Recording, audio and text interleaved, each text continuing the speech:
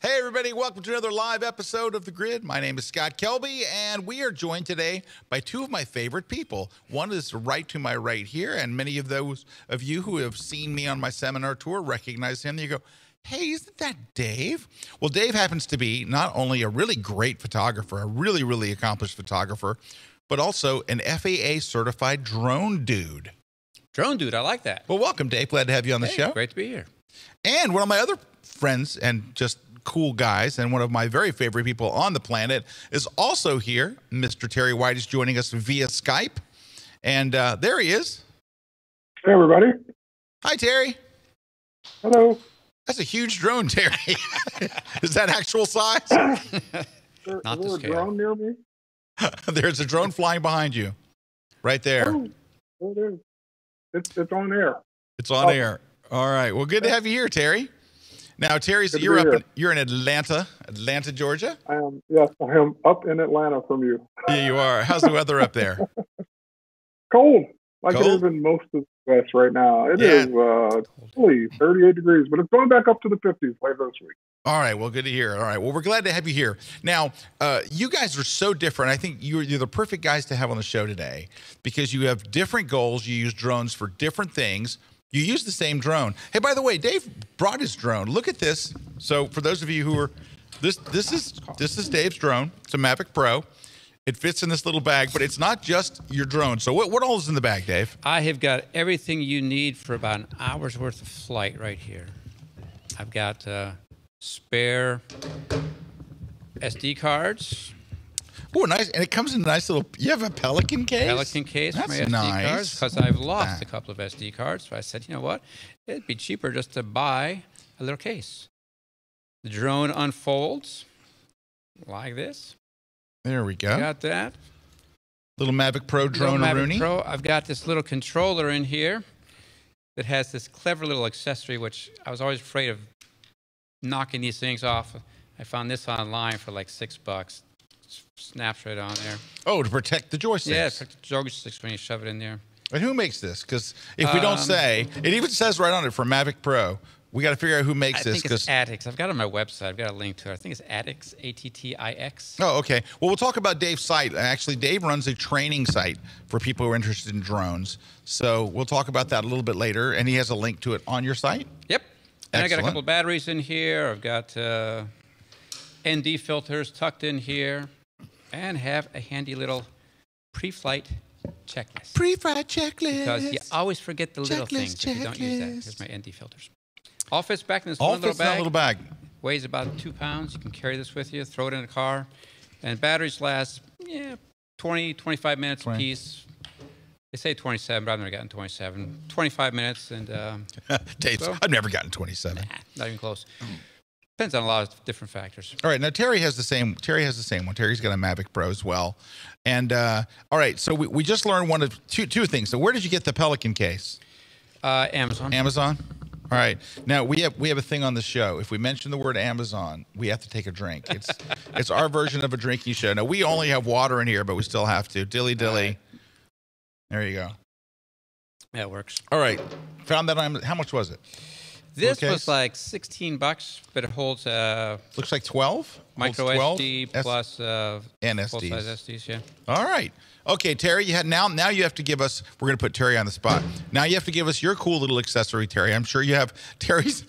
If there's an accessory for anything, I don't care what it is. Terry has it. What's your cool accessory for your Mavic? I don't have it with me in the room, but one of my favorite accessories is actually it's a little phone holder for your smartphone or tablet that goes inside of the regular Mavic Pro controller. So that way, the Mavic Pro, it can hold a phone right in the controller itself, but it's sometimes difficult to get it in and out. And so you just put this little pad in there, and then you can not only put any size phone you want, but even a small tablet like an iPad mini. So that gives you just a better display for your flying needs. Do you have a link to it? Is it on your blog or anything? I will find you a link. Hang on for All right. You're very linky. All right. Well, I got a couple couple little housekeeping things to do, and then I just want to remind photographers, number one, to update your camera copyright. So you know how your cameras, and this is not necessarily in your drone, but in your Canon and Nikon and Sony and Olympus and Pentax cameras. It's 2018, so first, Happy New Year, everybody. Happy New Year, Dave. Happy New Year. Happy New Year, Jen. Happy New Year, Layden.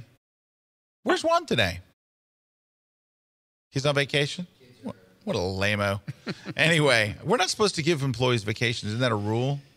That's our new 2018 rule. Everyone works every day, Saturdays, Sundays, holidays, Christmas. Anyway, but what was I saying? Update your camera. Thank you. Copyright. Thank you, Dave. I'm glad you're here. Update your camera. So go into your camera settings and update your copyright. For those of you who do that, you know, it's great. You can actually, in most DSLRs, actually have it automatically embed your name and your address and all that kind of stuff and your copyright information. Number two, if you don't do that, make sure you go to at least Lightroom or the Bridge. Go to your metadata and update your copyright to 2018. And I want to thank our buddy Larry, who reminded me of this. Larry Grace, not Larry Becker, because Larry Becker would never be so thoughtful. No, I'm just kidding. Hey, speaking of Larry Grace, I'm wearing a T-shirt Larry Grace got me today. I'm going to have to show it here. Uh-oh. This is my ISAP, International Society of Aviation Photographers T-shirt, of which I'm a member. There we go. Wearing my ISAP proudly today.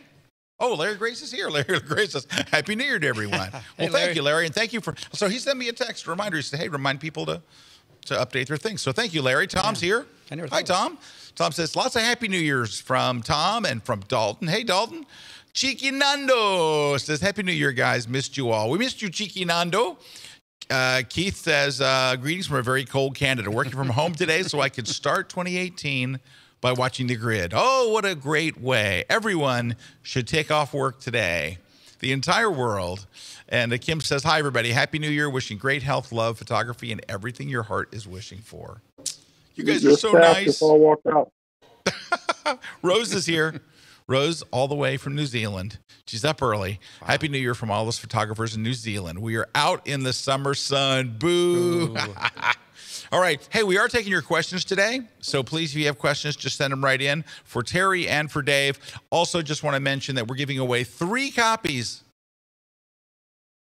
of the coolest aviation book ever, Moose Peterson's book, Take Off. We're going to give away 3 copies today on the show. So if you'd like to win one of Moose's books, we're also going to give away a Platypod Ultra, the ultimate in, what would you call it, camera support. So it's not a tripod, which means nobody cares to stop you from using it. Giving away a copy of my flash book. We'll talk about that a little bit later. And a Platypod Max. So the Platypod Max, which is for your big camera, your big DSLR. The Ultra is for your smaller camera. There you go. All right. So I want to ask a couple of questions. But first, so Dave, you passed your FAA commercial. So what is the test, and why do you have to take? Why does somebody, who would need to take this stinking test?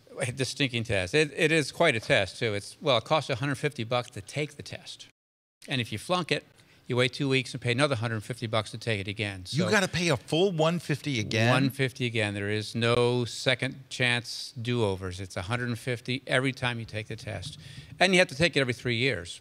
Now, according to the regulations, they may change that, but right now it's every 3 years. I took it because I wanted to be able to fly my drone and make money doing it. So if you want to fly commercially, get paid for jobs, be it shooting real estate, shooting roof inspections for insurance companies or contractors, mapping construction sites, anything you want to monetize, you have to have a commercial license according to the FAA. Even if you're doing like YouTube videos and stuff like that, if you have a YouTube channel, which there are a lot of YouTube guys out there with the drone channels, they have to have their 107 certification in order to be legal with the FAA. And that's what's called a 107 certification? Part 107. It's because the laws have many, many parts, and the ones that pertain to unmanned aircraft happen to fall under Part 107. So there's Part 107, Paragraph 3, subsection this and that. It's a whole big mess. But yeah, it is Part 107, also called the Remote Airman Certificate. All right. So you took the test because you wanted to work commercially. Yeah, I thought I had a friend who was doing it, and he was he was making not enough to quit his day job, but he was making plenty to pay for his drone every month. And so I thought, that's a pretty good gig. I wanted a drone. Didn't want to spend the money to buy one, but if I could get enough jobs to pay for the drone, then it's like a wash. All right. How hard was the test? The test is about, I've heard other people say it's about 3 hours of studying away from getting your private pilot's license. Oh, my gosh. Test. Now, because you have to know weather, right? You have to know all the weather. I mean, it's kind of crazy. You have to know those, they're called METARs, that pilots use. It's just a bunch of numbers and letters. You have to be able to look at one of those and decipher it. Where to fly a drone, all you really have to do is walk outside and look up. Yep, looks good to me. I can do this. It's clear day. I don't need to know where the clouds are because I can only fly 400 feet high. I don't need to know where the clouds are at 12,000 feet. So that's your ceiling for 400 feet? 400 feet, if you've got your commercial license and you're inspecting like a tower or a building, and you're flying within 400 feet next to the building, you can fly 400 feet over the building. So if you're flying over a 1,000-foot building, you could potentially fly to 1,400 feet, but then you're going to run into the ceiling of Class E airspace and other issues. I'm sorry, Dave. I'm seeing some funny stuff show up in here. Just the questions we're getting here are kind of fun. Hey, so you're using it for commercials. So Terry, yes. So Terry, tell us about what you do with your drone. I use my drone just to show off. No, I'm kidding. I use my drone mainly for travel, photography, and videography. I've learned that, especially if you can travel somewhere and it's not drone restricted, which many places are becoming that way. But if you can find somewhere that's still not totally restricted for flying drones, it's a great way to add to your photographic journey, your photographic story. So I'm not really taking on jobs or flying commercially, so therefore I have not applied for the license yet. I might do it at some point this year, but for the most part, I just like it from a storytelling standpoint, getting those shots, getting those videos that otherwise would be impossible to get. Yeah. Now you started with the Phantom, right? You had a Phantom before. I started. Actually, my first drone was my first. I'll call it real drone. Was a Phantom 1. So it was the one where you actually had to buy a GoPro to go with it. Then I went to a Phantom 2 Vision Plus, and I kind of stayed there. I skipped the 3. I really was tempted to get the Phantom 4. Easy to travel with, and the Mavic just became that easy. Yeah. Put it in any bag, put it in a backpack. Dave is showing you how small it is. That's what I love about the Mavic. So that's why I went that route. All right. So you got the connector. You got your accessory?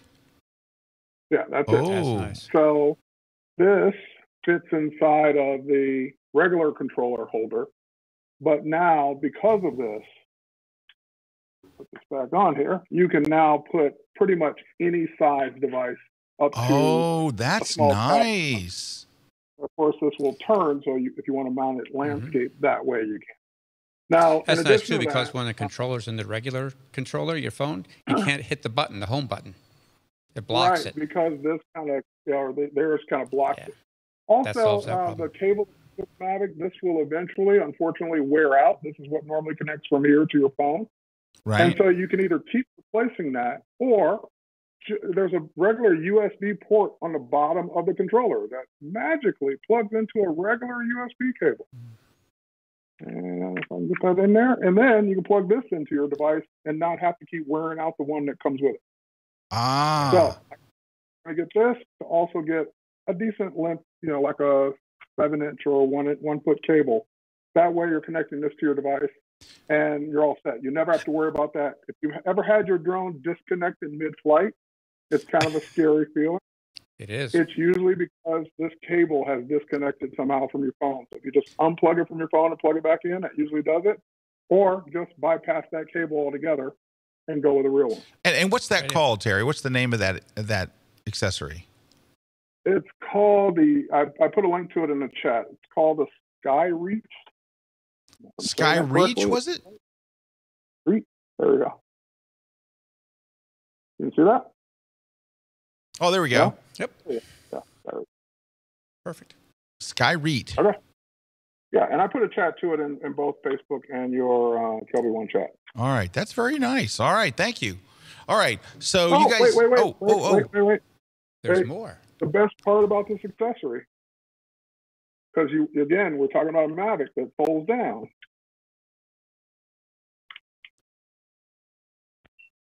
Take this off. Now it folds down to something that is flat in your case. Oh, nice. That's a very smartly designed little piece of equipment there. Like IKEA made it. Right. So it is just like IKEA made it.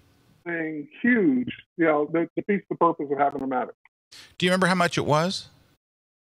Oh, I was just there, maybe something ridiculously cheap. It was, hang on, I'm going back. He's going back, ladies and gentlemen. Going back. It was it's currently $23.99. $23.99. That's cheap. I found a lot of drone accessories, unlike photography accessories, which are hideously expensive. Right. Drone accessories, once you get your drone, the accessories, wow, they're not that bad. Landing pads, $15. That little thing I had on my joysticks is like $6. I mean, stuff is cheap. All right. Yeah. Hey, I'm going to ask both of you a question while we're here. We're going to jump over to Rose is asking you a question. She says, "I've always been a bit scared to fly a drone. How do you get one if it falls from the sky? Do they fall from the sky pretty often, Dave?" No, fortunately they don't. Maybe they used to. I mean, I've heard a lot of horror stories about it. One thing you have to be with the Mavic. One tip is when you pick it up, you squeeze these little things, and this is how you take your battery off. So if you're setting this thing down and you squeeze it a little tight and your battery's just sitting there, it may take off, but it's going to lose connection because it's not fully snapped in. Oh, yeah, it's got to be seated. If you fly a Mavic, tight. Don't pick it up and squeeze these things too tight because you might unseat your battery. If it vibrates 100 feet in the air, yeah, it will come flying down. So just make sure that's snapped tight. But all right, so is that your original Mavic, or have you had to replace one? Sadly, this is not my original. I decorated a tree soon before Christmas, and I have one hanging about 60 feet up in a pine tree not too far from here, actually. Little holiday decoration at a construction site. But they promised me in February they're going to have lifts there that they can go up and they can get it down for me. Can't you send a drone to go pull out your other drone like you see on movies? With little claws that come out? Yeah. No. No. This one is firmly embedded in the tree. Oh. I do have insurance on it, though. So if I can get the body down, I only have to pay $79 and they'll give me a new one. Ooh, nice. How much does the insurance cost? $99 for a Mavic. It's a little bit more for it's $79 for the first time you mess up. Yeah. What is it the second time? $199? No, I think it's $129. $129? $139. I hope not to have to find that out. But, all right. Same question to Terry. Terry, are you on your first Mavic? I am still on my original Mavic. I've not lost a drone to date. I did have one. My first one did fall out of the sky. And this is one of those things where, it's just like anything else. With cars, they've continued to get safer over the years because accidents happen and the car manufacturers make provisions to make that not happen again. So, for example, with the original Phantoms, you actually had to screw on the propellers. And so, if in my case, as I was landing, one of my propellers literally flew off. It just went off into the distance. And I from looking up at it, I thought something hit the drone, and I just watched it spiral down. Oh. Uncontrolled. Ouch. Luckily, I was already landing. I wasn't that high up in the first place, and it hit the grass with no damage. I had to replace the propeller. I never was able to find it. But now, for example, they don't screw on anymore. They snap on. So lock. They lock on. So it's not an issue of that used to be one of the pre-check things. You'd always have to make sure your propellers were tight. You don't have to do that anymore. Right. So I've yet to lose one. And as I saw someone post in the comments, DJI in particular has done a lot of safety things. Like, for example, let's say you're just not paying attention and your battery runs low. If you ignore that warning long enough, it will automatically return home. Like you won't be able to stop it from doing that. Yeah, it's just coming back. Right. Unless you take control over it and say, screw it, I know I want to crash it. So it's easy to make a mistake, but it's also rare if you're really paying attention that you're going to crash your drone. Good. Hey, we're going to take a short break. You lose control, just let go. Let go. Just let go, right? Just let go. Just stop and hover. Don't freak out. Because people do panic. They panic, and that's when it leads to trouble. That's when you crash. All right, we're going to take a short break. When we come back, we want to talk about camera settings. Terry's done a lot of work on camera settings. I just saw Dalton says he's going to Iceland next week, and Terry has flown multiple different drones in Iceland. So we'll have some tips for you coming up here, Dalton, and lots of people to say hi to and stuff. Of course we're taking your questions. So anyway, just to wrap up Rose's question, it's probably not going to fall out of the sky, Rose. So I wouldn't worry about it. It's droney time. There's lots of open space. I don't know if you've noticed in New Zealand. It's the perfect place. I tell you what, it's got to be one of the most beautiful places to fly drones on Earth. It is amazing. And anyway, so we're going to take a short break. When we come back, we're going to talk about camera settings. We're going to do all kinds of fun stuff. So stick around. We're here with Dave and Terry, our first show of the new year here on The Grid. Don't go away. Let's drink.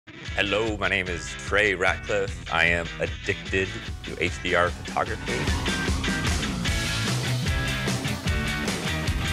My favorite tool in the world has come along. It is a new version. It's called Aurora HDR. I absolutely love this tool. Pretty much every situation has a place for Aurora HDR.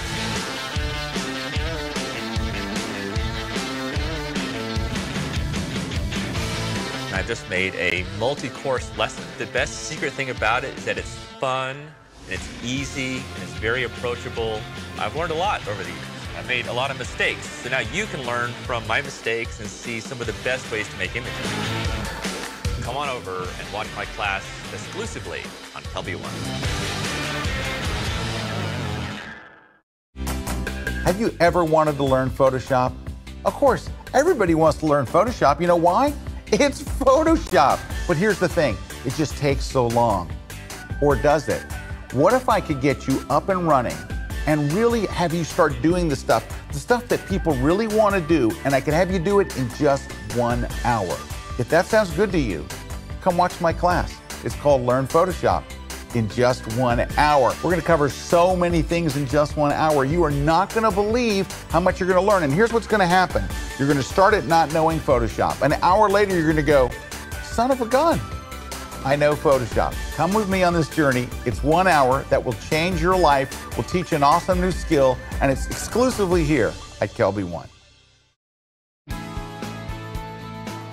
Howdy folks, Moose Peterson here in sweltering Tampa, Florida.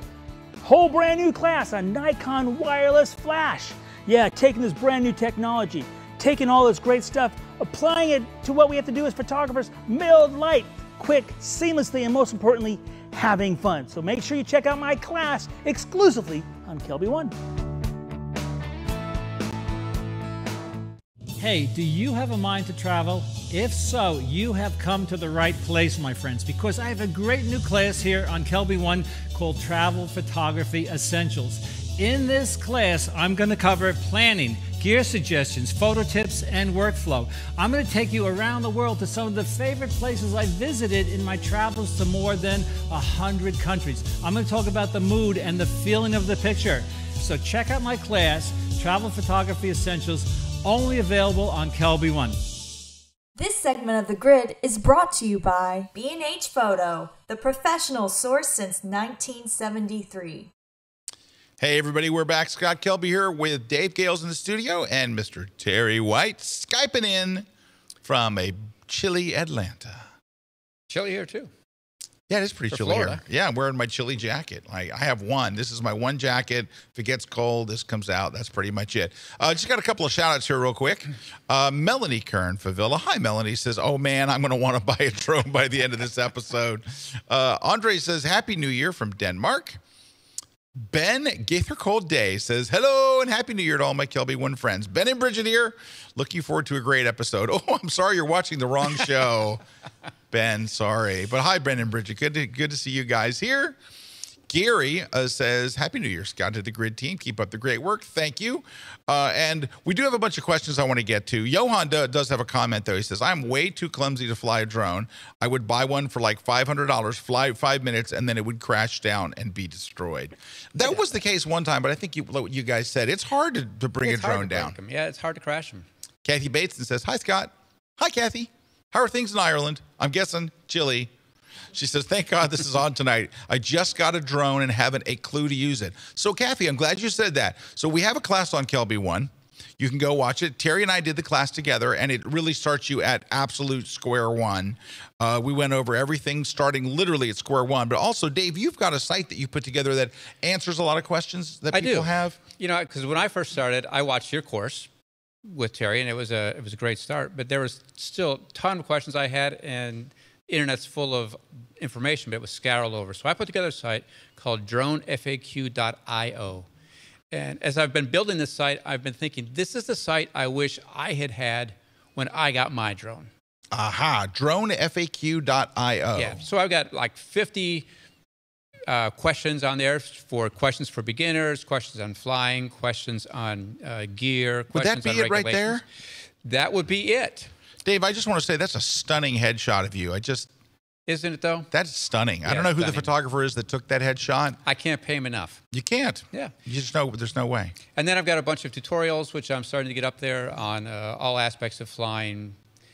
Gear advice, which I don't have up yet. That's still coming. And then the news, just articles I pick up from here and there about drones in the news, which they are in the news for all kinds of crazy stuff, good things and bad things. So kind of sums it up. But the questions are anything from, how do I turn this thing on? Because when I first got my drone, believe it or not, I had to read the manual. I felt so ashamed. I could not figure out how to turn this thing on. But it is not obvious. It is not obvious. I mean, you hit the power button, and it just goes off. You double-click it, nothing happens. You press and hold it, that doesn't do it. It's like, how do I turn this thing on? So I've got questions from the very beginning. Boy, I just turned it on. Of how do I turn Dave, this drone on? that thing looks like it's alive. It's going to take off. Can I fly it inside? I wouldn't recommend it for your first flight. That's for sure. There's plenty of YouTube videos of people who did that in their very first flight. They unbox it. It's raining outside. They don't want to wait. They take it off and immediately crash it into the ceiling. So, no, don't fly it inside unless you know what you're doing. Alrighty, a question for both Terry and Dave. The question I just saw was, Kevin asks, what is a good entry-level drone for those of us not wanting to drop $1,000 off the bat? And just to let you guys know, if you want to get a Mavic Pro, and everybody loves the Mavic. I have not talked to a single person that has a Mavic that isn't just like, this is the greatest thing ever. And I've talked to a lot of people that have Phantoms and have different brands and different ones, and it is just, I think it was the groundbreaking drone of all drones. It was the one that was the most advanced, the best picture, the best video for the money. Mm-hmm. But it still sets you back, and you want to get the, what is it called? The Fly Now kit. What is the kit called? The Fly More Combo. You get 2 extra batteries. You get the bag, this little bag.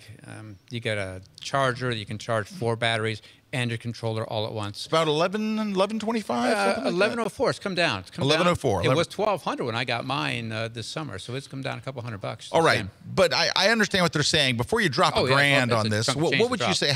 What about now? Now, Terry, I know that Victoria has the Spark. What do you? And you've flown the Spark, Terry. I have, and the Spark, and I answered that question in the comment with that answer.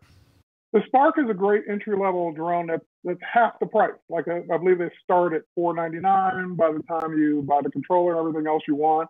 Probably going to set you back around $600-700, depending on what you want. But it's definitely, it could be half the price of a Mavic Pro or a Phantom. If you are just looking to spend money to play around, I would either go that route or maybe even find a deal on an older Phantom, like a Phantom 3. Because the Phantom 3 is still a great drone. Yeah, anything from the Phantom 3 on up is good. Right. So if you could find a Phantom 3 for a good price, you can go eBay. You can probably find those in the $600-700 range. That might be a better deal than getting the Spark. Spark's more of a personal, just have it with me at all times, taking selfies, not doing a whole bunch of really cinematic photography. It's good, but it's not great for that. It's just more of a personal drone. But if you're looking But it's so small, Terry. So small. It doesn't fold up like the Mavic. So. It doesn't need to. It's already. It doesn't need to. It's already folded. It's so teeny. You launch it from the palm of your hand. Either check out the Spark or find a deal on a Phantom 3. All right, Dave, your thoughts? What do you think? Yeah, I agree. I think the Spark's a great little drone. They've come down in price too. Over the Christmas season, they came down and they've stayed down. So that's a nice trend. I've got a friend who keeps one underneath the seat of his car. So he's got 2 Inspired 2s, which are, $4,000 or $5,000 drones, but he keeps a Spark under the seat of his car because, just like with the camera, what's the best drone? The one you got with you. have with you. So he keeps one. Hey, Kevin Mooney says, I finally caught the grid live. Happy New Year from Georgia. Thank you. Thanks for watching. Chiquinando, all the way from Lisbon, Portugal, a beautiful place. Chiquinando is a beautiful man. Hi, Chiquinando.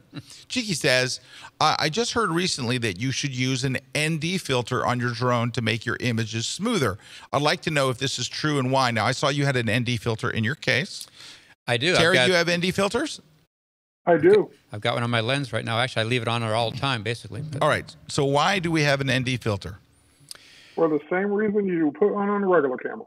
Because if you're out shooting outside, most likely, you're going to be shooting on a nice sunny day, and you're going to want to have your camera drop down a couple stops, especially when you're capturing video, to get that nice, silky, smooth video, waterfalls, things like that. So for the exact same reasons you use an ND filter on a regular camera, you definitely want to use them on your drone. So more for video, guys? I'd say more for video. Yeah. You want to get a little bit of blur between each frame. It leads your eye right through it. If there's no ND filter, the motion looks very jerky because everything is in crisp focus. And that's the one thing about the Mavic. You cannot control the f-stop. On the Phantom, you can knock down the f-stop. You can control it. On the Phantom, the only thing you can do is control the ISO and the shutter speed. You can't. So you have to use an ND filter if you want to knock down your f-stop. How much are ND filters? You can get a set, like 4 of them for $69. Well, that's not bad. You can probably get some cheaper ones. There's ones by Sandmark, Polartec, are the big ones. But I mean, you can get polarizer filters too. I've not used a polarizer filter, Terry. I don't know if you have or not, but I figured like on the camera, you have to rotate it to get to the right angle. I can't really rotate it when I've got it on my drone. So I've not used one on the drone, but I've seen ND filters come with both. They come with my ND set came with 3 NDs and 1 polarizer, but I've never really used the polarizer. All right. Hey, so right before we went to break, I was talking about Dalton Ham asked he's headed to Iceland next week. Now, Terry, you've flown a Phantom and you've flown the Mavic there, and I know you did a lot of drone. So first, Terry, where can people go see your drone photography from Iceland? Because I thought some of your drone stuff was just beautiful there. I have put a link into the video, into the chat, but if you head to twhite.me/Twiceland, so TW Iceland, then you'll get to it. All right. We see it on screen here, but this is, I think, from terrywhite.com. Yeah, matter of fact, if you scroll down that post, I'm sure the video's on that post as well. Yep, there it is. Oh, go back up. Go back up. Go back up a little bit. Oh, yeah, actually click on the link there. Continue reading. Yeah, click on continue reading right there.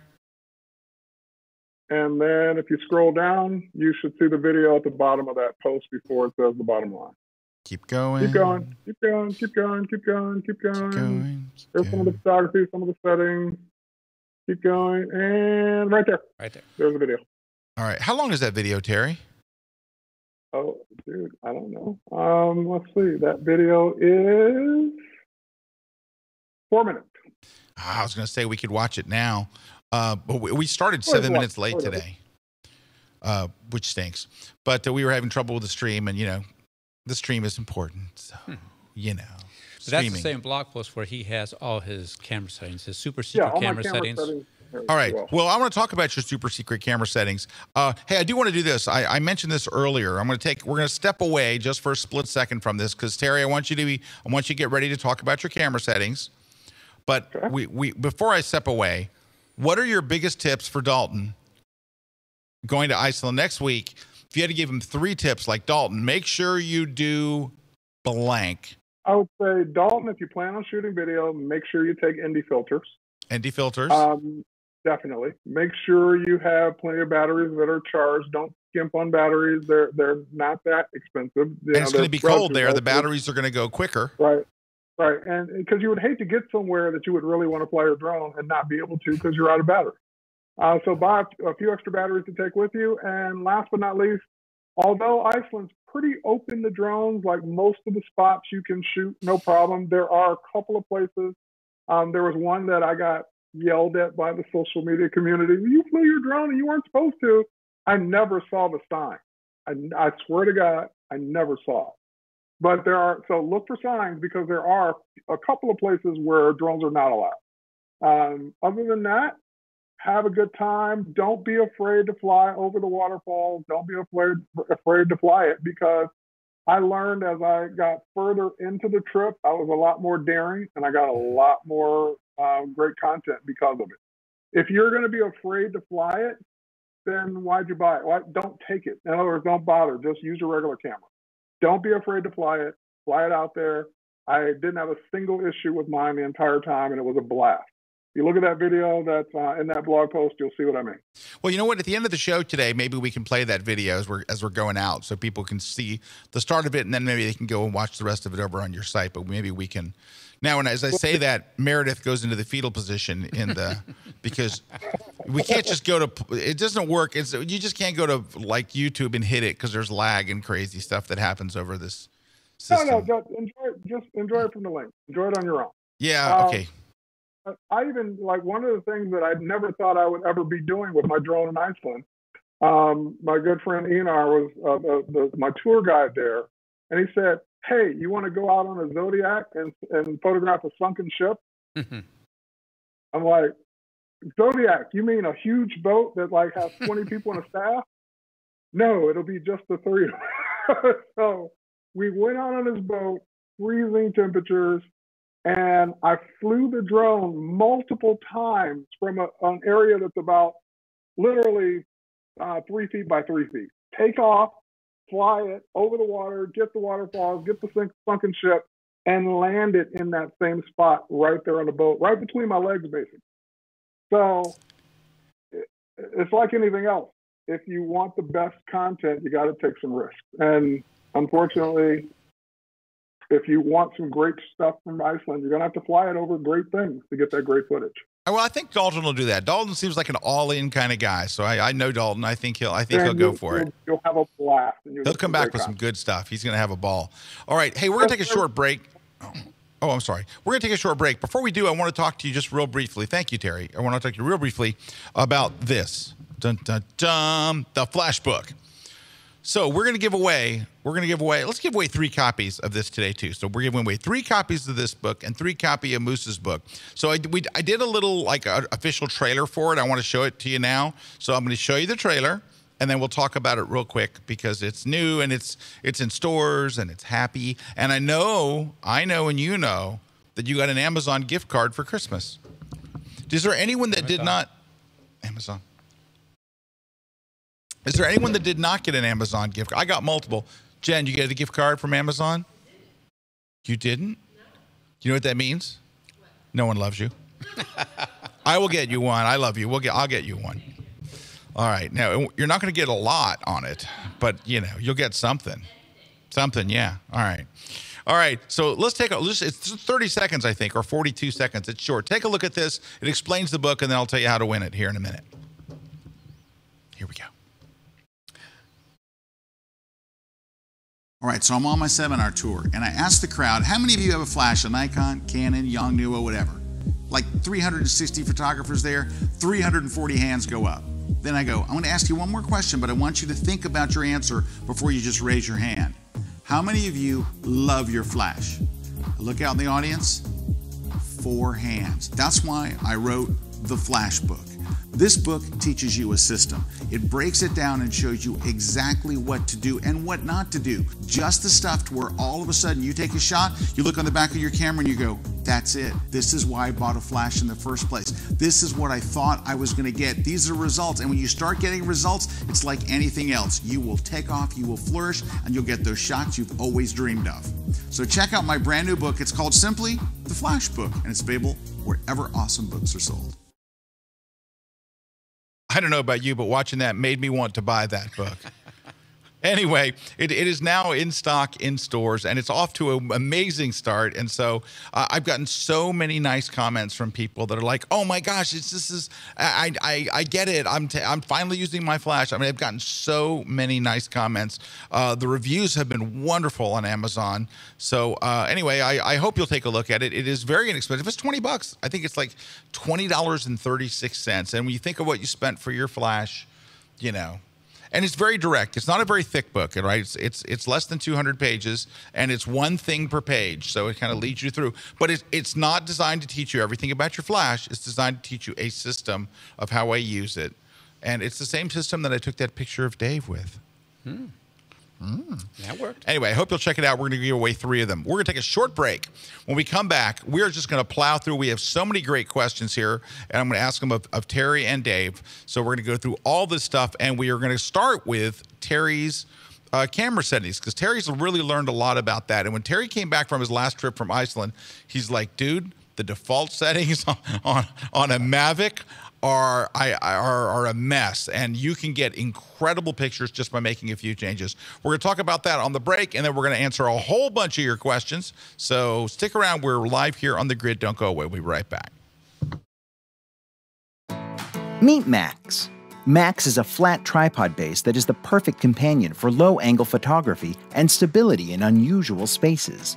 Max can be rigged up with your heaviest cameras, lenses, and accessories, as it can support up to 300 pounds. And at approximately 5 by 8 inches and only 13 ounces, Max can fit in almost any camera bag or backpack.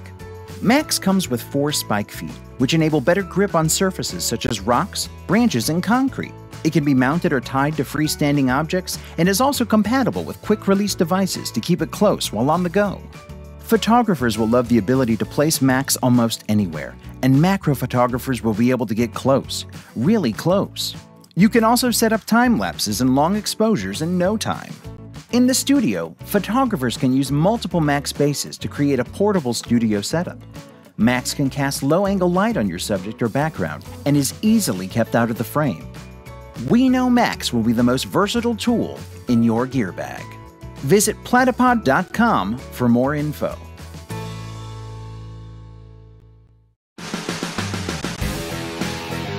Hey gang, this is Dave Black telling you, you've got to come check out this latest video class that I've made here at KelbyOne. We are covering sports, all the gear that I use to cover all the different events that I do. We're talking 20 sports like football, baseball, basketball. We're talking volleyball and Olympic sports like swimming and gymnastics, track and field. They're all going to be in this video. We got adventure sports, we got motorsports we're covering, all these kinds of things, and how I use the gear, from remote cameras and magic arms and radio poppers to which choice of lenses that I'm going to use to cover all these different sports, and a few little kind of wild items that I might actually show off while I'm there. So come to KelbyOne, check out my latest class. It is amazing, and if you are into sports, you are going to love it and learn a lot here at KelbyOne. This segment of The Grid is brought to you by Platypod, the world's most compact tripod base. Oh, hi, we're back. Sorry, I was playing with my computer. Sorry.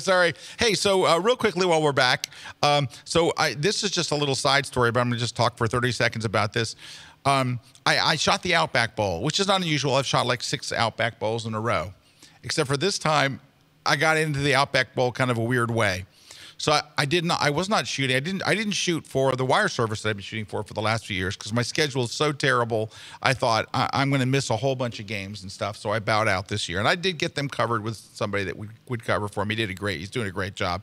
But anyway, so I wasn't going to be shooting it this year, which is kind of sad. So anyway, a month ago, I'm in Charlotte doing my seminar, my Lightroom seminar. Mm-hmm. You were there, Dave. I was. You remember? I remember well. And went to dinner with a dear friend of mine, Taylor Harding. So Taylor was the keyboard player in my high school rock band. And we've been friends over the years, and we still do a reunion, every few years. So he says, hey, I see you're coming to Charlotte. Let's go have dinner. And as it turns out, he is the dean of music for the University of South Carolina. From a rock band to dean of music. To dean of music. Yeah, well, he's a composer. He's a very serious, a doctor of music, and he's like all very serious. Anyway, so he's a great guy, super fun guy. And we're having dinner, and he goes, hey, we're coming to Tampa. Are you shooting the Outback Bowl? I'm like, no. And he's like, do you want to come shoot the band? And then you can shoot some football too. And I'm like, yes. So I went and did it. I went and shot the band, and I had so much fun. It was, oh my gosh, I had the greatest time. So can I just share some pictures real quick? I'll just do it real quickly. But anyway, here we go. So that's a great shot. Well, I was like right up in the band there. Like they were really gracious about letting me kind of go anywhere. And so, and I had a long lens sometimes, and I tell the story of that. And I took a fisheye. And so that's the Outback Bowl. There you are. And these are just some kind of little behind the scenes shots. I always try to get detail shots that tell the story of the day as well, not just the action shots. And so there we go. Oh, I like that.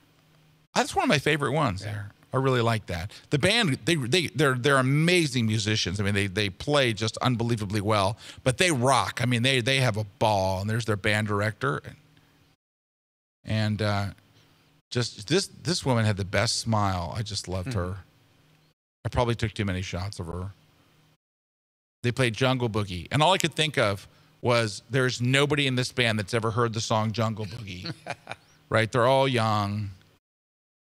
And anyway, there's a couple more shots here. I actually shot some football shots too, because when the band was kind of doing nothing, I would turn around and shoot the game because I'm like right there. So I had to shoot some football too. There's a little bit of that. I kind of like this one. I kind of got caught behind the line. And South Carolina won. They came back. They were losing like 19-3 late in the game, and they just came back and in like 30 seconds scored 2 touchdowns. Look at this. Bad hike right over his head, and he still caught it. And this was a brief moment where Michigan was happy. And it went downhill for Michigan for there. And here's Harbaugh going, I want to put a Dusty Rhodes elbow on him, but he didn't. Yeah, he wasn't too happy. He was not happy. Well, he's not super happy a lot. Anyway, and then we're back to the band. Just a couple more shots here. This was really a tough shot to get. It doesn't look like it, but there's a band marching, and I'm trying to shoot in between players to get that shot. It was kind of tough. And then there's the Outback Bowl. That's the giant bloomin' onion. He was delicious. You could just eat right off the costume. And such great kids. Really had a lot of fun, and they were incredibly tolerant and patient. You know, they were cool. A lot of fun. And I'll just show this picture real quick. So this is on the left is Professor Gordon Humphreys. So he is teaches journalism. And he has, photography students and stuff. And he brought one of his students to the game, like one of his star students, and let him come, got him a bunch of loaner gear, set him up. I mean, what a thrill. Oh, he's getting to shoot a bowl game, right? He's like on the sideline. Such a great kid too. He was really, really, really awesome and had lots of fun. I just messing up my screen there. Sorry about that.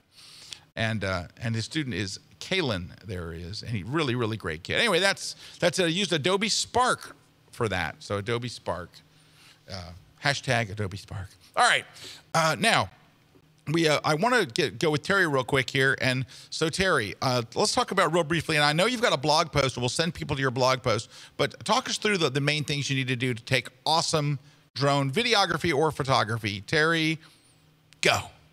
All right. So hi Terry. Real quick. When you get any drone, it's going to have some default settings. It's just going to be like any camera you'd buy would have default settings. It's usually going to be on auto mode, JPEG, just everything's going to be automatic. So that way the average person out of the box can get it up in the air, start taking pictures and video. And take an average photo. Take an average photo, right. So again, for most of you that have ever taken pictures with regular DSLRs or point-and-shoot cameras where you had manual controls, you found that you had a lot more control when you put things on manual. So the same thing applies to your drone, especially when it comes for video. But let's talk about photos first. Again, do you really want to shoot JPEG, or do you want to take advantage of shooting RAW? Because you can. The great thing about the DJI drones is they shoot in RAW and DNG format. So they're instantly compatible with all your versions of Photoshop, Lightroom, or any other tool just about that you'd be using. So first setting I would do is either switch to RAW or switch to RAW plus JPEG. Second thing I'd do is probably go ahead and switch to manual mode, at least in situations where you want to control the exposure, the light, and things like that, you don't get a chance to control the aperture, but you do get a chance to control the shutter speed and things like the white balance, the image format, which we just talked about. Now I'm going through my list. You also get a choice of image size, whether it's going to be a standard photo like a 4:3 or 16:9 widescreen photo. Color styles. This is where it gets really important because when you switch to RAW, obviously your images are not going to be processed by the camera, by the drone. So yeah, they look flat. They're going to come out, they're going to look really, really flat. So you can control that kind of with the styles and with the looks. Now, there's a lot of debate on the style. I put in my blog post my settings that I was comfortable with, but like there are three, let me get to it. There are three settings for style. There's sharpness, contrast, and I believe the third one is saturation. Yeah, saturation. So sharpness, contrast, and saturation. Every blog post and every video you watch about the Mavic, there will be across the map. In other words, everybody has their own preferred setting. So in my post, I give you mine, but I encourage you to try variations of it until you get what you like. I'm just going to go with yours. Okay, what I wasn't really happy with out of the box was like I would fly over trees and shoot straight down, and the trees would almost look like little globs of green. Mushy, yeah, very mushy. They just wouldn't be very sharp. And I honestly, when I first got my Mavic, I was like, maybe I should have got a Phantom because this camera is horrible. Until I learned about the settings. Once I changed my settings, and on that trip in Iceland, when I switched some of the settings around, I was blown away by the quality difference it makes when you put your own settings in. Where can we find these settings, Terry? Find those settings at terrywhite.com. I've also put the links in the chat. But at terrywhite.com, just search for Mavic Pro settings, and you'll find the blog post. Now, Terry, Todd Reamer just asked. He said, "Isn't the style only going to impact the JPEG version of the photo?" No. No. No. I wish that were the case. That's how DSLRs work. Yeah. In this case, yeah, because it's not like a camera style. It's not like applying a look to it. You're actually controlling those things. You're controlling like the sharpness of it, and it is affecting how that even the raw files will look. So definitely, it's not. I know what you're thinking because camera style that would only affect the JPEG, but here it affects the actual raw image as well as the video. This is one of the things I wish they would do. Is the style is the same for both video and still. I wish they would let you set them separately because maybe one day they will. I want the style to be different on video than I do want it on still. All right. So, Terry, I want to make sure that people are able to find your settings. Go to terrywhite.com/what? Well, if you want the whole URL, it would be terrywhite.com/best-DJI-Mavic-Pro-drone. That's why I didn't get this out. Just go to terrywhite.com and search. Yeah. Go to terrywhite.com and search for best DJI Mavic. It's Mavic Pro setting. You'll find it. There you go, and you'll find it. All right. Well, thank you, Terry. That's important stuff. I could do a short link. Hold on. Let me do a short link. Yeah, do a short link and then put it in big letters. And by the way, watch your head because you're very close to that. That propeller is right. Yeah, there you go. Duck just a little. All right. You're lucky you're not wearing your hair extensions today because sometimes Terry puts these big hair extensions in. They'd be blowing. They'd be like. Phew. Sorry. All right, let me give you a bit.ly. You guys can get to it quicker that way. All right, we got a bit link. And there you break down all your favorite settings. Yep, and so that bit link is going to be, change it, to twhite.me.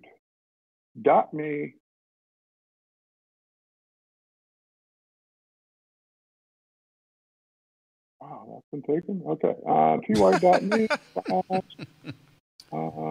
The grid. Make it short, Terry, because if you don't make it short, we'll never remember. twhite.me/thegrid Mavic. All right, hold on. I'm going to write it down so we can see it on screen here. Let me just make it big here. All right. So Terry says, and I have no reason not to believe him, that the address is twhite dot, what is it, dot me. Yep, / the grid. What did I just say? The grid Mavic. The Grid Mavic, one word? Yep, that's it. That's it. There you go. That'll get you. All right, so here it is, guys. This is where Terry has put his settings. All right, what have you found out about any tips on settings, Dave? Use Terry's. There you go. That's what I would do. I just use Terry's. Forget it. No, but you got to play around with them. You know, just go out on a nice day and shoot at different settings and bring them back and see what you like.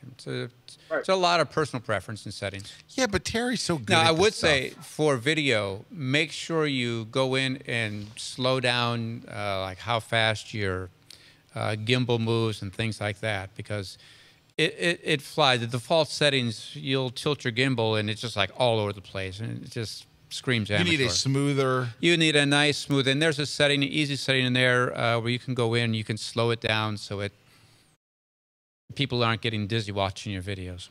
All right. Hey, we have a bunch of questions, guys, and I just want to rip through them here because we are almost out of time here, so I do want to rip through them.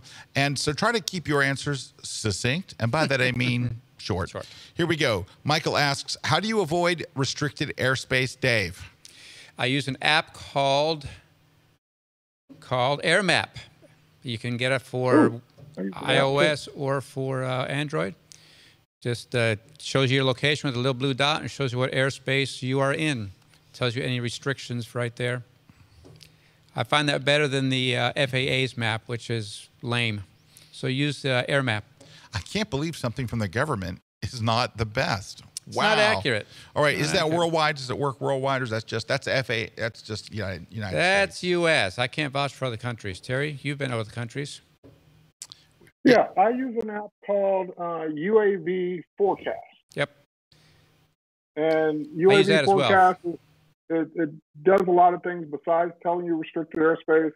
It just comes up with the first thing you look at is it's either green, good to fly, or red, not good to fly. Then you can read all the stuff below it, like what the wind speed is, if it's raining, too cloudy, and then it'll show you any airspace restrictions at the bottom. Magnetic interference.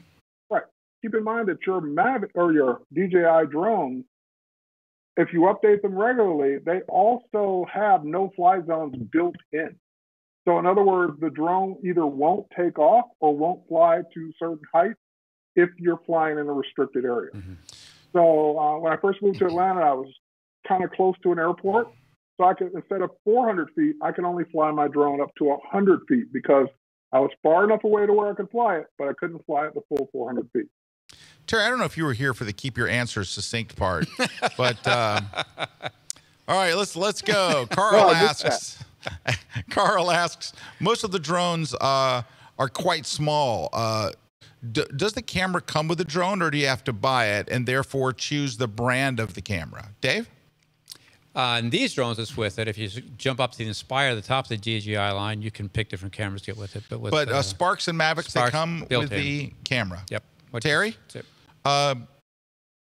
Oh, yeah. Terry, you haven't had any that used... Oh, no, your very first one used like a GoPro. Yeah, the very first one used a GoPro. But most drones you would buy today, most consumer drones come with the camera built in. So it's not something you have to choose. All right, good. Todd asks, these drones are small. What about wind? Yeah, there's wind. It affects them. Does an amazing job in the wind, though. It does an amazing job in the wind, but that's another reason why I like UAV Forecast, because it will tell you if the wind's too strong. It also shows you the wind at different altitudes as well, which is nice. Correct. All right, the Beak asks, to get a drone license, do you get credit if you're an FAA certified pilot? So if you're already a pilot, an airplane pilot, do you need, do you get credit for that, Dave? Yeah, you do. You just have to do a little bit of paperwork, and you can get your FAA certification for drones as well. Nice. Michael asks, how many stops do you use on the drone for the ND filter? So how many stop filter would you buy? Most of them come in kits with like 4, 8, and 16. You can buy extra ones. You can go 32 and 64. And a 32. What do you use, Terry? 16 or 32 usually, because I'm usually flying out that kind of middle of the day stuff. Yep, so, Dave agrees. All right. Randy has a comment. Randy says, DJI Phantom drone batteries are temperature sensitive. They will not work if they are cold, no matter how charged they may be. Interesting. Mavics will. Stephanie asked a question. How would you suggest incorporating drone work into still photography involving people? And then she has a follow-up question. So how would you, Terry, you do this a lot. How would you suggest incorporating drone work into still photography involving people? Because you do events where you fly over the event and stuff like that. Yeah, well, again, now you're getting into that tricky gray area because you're not technically legally supposed to fly over people. So, like, you wouldn't fly like over a crowd of people because that would be breaking rules. Right. But if it's just you and your client and your guys are out on location and you want to work it in, other than having different angles because you can fly the drone up higher, for photography, there's not a whole lot I would do, but for video, I would absolutely get some behind the scenes footage that way because you can set a drone to actually circle an object automatically and film it. So you can get some great footage just if you can get the nice cinematic video of the drone circling either you as a photographer while you're shooting or just the subject. Yeah, and I've seen you do, and I haven't seen you fly over people, but I've seen you do things where you approach. I've been standing beside you when you had one come like and land right in front of us and stuff, and it's really cool. But yeah, I haven't seen you fly over people. I know you're not supposed to, and that kind of goes to Stephanie's follow-up question. How close, Dave, is it safe to get near people? Well, you can fly over people if you have their permission. So like Terry said, if it is a client, you can fly over smack dab over top of a person as long as they're willing to let you do it. I wouldn't. Well, your forward obstacle avoidance isn't going to let you get any closer than 2 or 3 feet. When I first got mine, I flew it directly at me to learn to trust the obstacle avoidance, and it made me flinch. It would get pretty close, but it stops. It won't fly right up to them. But these propellers will hurt you if you get hit with them. So I wouldn't feel comfortable flying any more than 2 or 3 feet. Closer than that. All righty. So Kim asks, she says, I don't know anything about drones at this moment. So she's asking some questions. One of her questions is, how do you do maintenance on a drone? So do you have to bring it into the dealer every year, or how do you do it yourself? Like what kind of maintenance is there on a drone, Dave? Regular stuff. You just check the props, make sure you haven't gotten them dinged up by hitting like blades of grass or little stones and stuff like that. Keep it clean. That's pretty much it, isn't it? Yeah, there's not a lot of maintenance. Terry, check the props, make sure have you had any maintenance issues?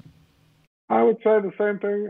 You might check the props every so often just to make sure they're not cracked, bent, or some other damage. The only other thing is to maintain is the battery and the gimbal. Just make sure that there isn't dust or grime or dirt that you've captured inside the camera area, because that can interfere with the gimbal moving up and down and the camera movement. But other than that, just keep it clean. Keep the batteries refreshed and charged. Keep it clean, Terry. Keep it clean. All right. LR Randy says, or L Randy actually says, I have a P3 Advanced, a Phantom 3 Advanced. How does the Mavic compare to the P3 Advanced? Terry, I know that you're up on this. I would say camera-wise, I think the Phantoms all still have a bigger sensor. But from the Phantom 3 to the Mavic, I'm going to say it's probably really close. The Mavic might edge it out just a bit in the camera. What's really the big difference is size and weight and portability. So let's say the cameras were equal. Then it's just a matter of which one is easier to travel with and fly. Yep. And I would say the Mavic. Dave? Yeah, I agree. I don't know. I've never used the Phantom 3, so I don't know. Okay. Keith says, I got new wireless transmitters for Christmas, and now I'm falling in love with my flashes. It's a flash question. Thanks again for your courses and encouragement about removing my flash from your camera. Yep, that's where it starts, right there, removing it. So good on you, Keith. I love Milo's comment. Gary says, what about the use of drones to create building exterior tours? Interior tours to include with exterior fly-arounds. Are there FCC restrictions? No, you can fly indoors without any kind of commercial license, but I sure wouldn't do it until you're experienced. Yeah. Because you don't have the GPS to help you stabilize the thing. You're all on your own. Wow, look at this.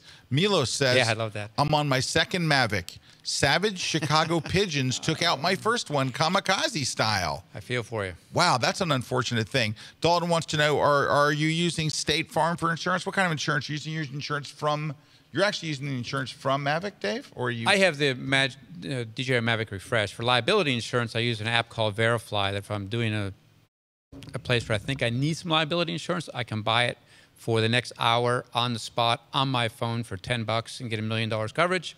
And even send certificate of insurance to the client right there.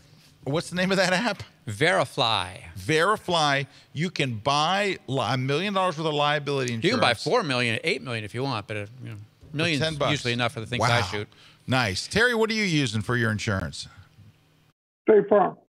State Farm. There you go. Yep, State Farm. But I'm getting Verifly as we speak. Yeah. Oh, he's getting Verifly. There you go. Lou wants to know, where do you get study guides for the FAA test?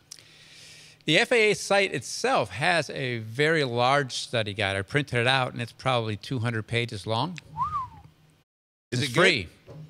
It was very good. It was very good. Alrighty. Tom wants to know, do the drones return to the launch location if they lose communication with the pilot? Yes, if it loses signal for more than 3 seconds. Mavics do. Well, all the DJI drones do. Sparks will too, right? Sparks will too. 3 seconds. If it loses it, it will initiate a return to home, fail-safe. All right. N. Robbins says, you need to check the rotor blades before every flight. I've seen multiple drones throw a blade off, and the result is very, very bad. That's your pre-flight checklist. That's why you have, Dave's got a pre-flight checklist he keeps right there in his bag. You can download a copy for free at my website. Alex wants to know, have you tried a long exposure while looping your drone? Anybody? Terry, have you tried a long exposure while looping with your drone? I have not done a long exposure while looping the drone. How about something I should try? I have not. Larry Becker does not have a question, but Larry Becker says, hi, Scott. Hi, Dave. Hi, Terry. Happy New Year. Hey, Larry. From Imperial Polk County. Hi, Larry. Hello. Imperial Polk. All right, Jeff is asking we're going to ask Terry first. This is a trick question, Terry. Are you ready? Yeah. Is it legal? Oh, my earpiece just popped out. Hold on. Wow, it like shot out like a rocket. Where did it go? Oh, there it is. All right. He's asking the question. Is it legal to fly over an empty professional sports stadium?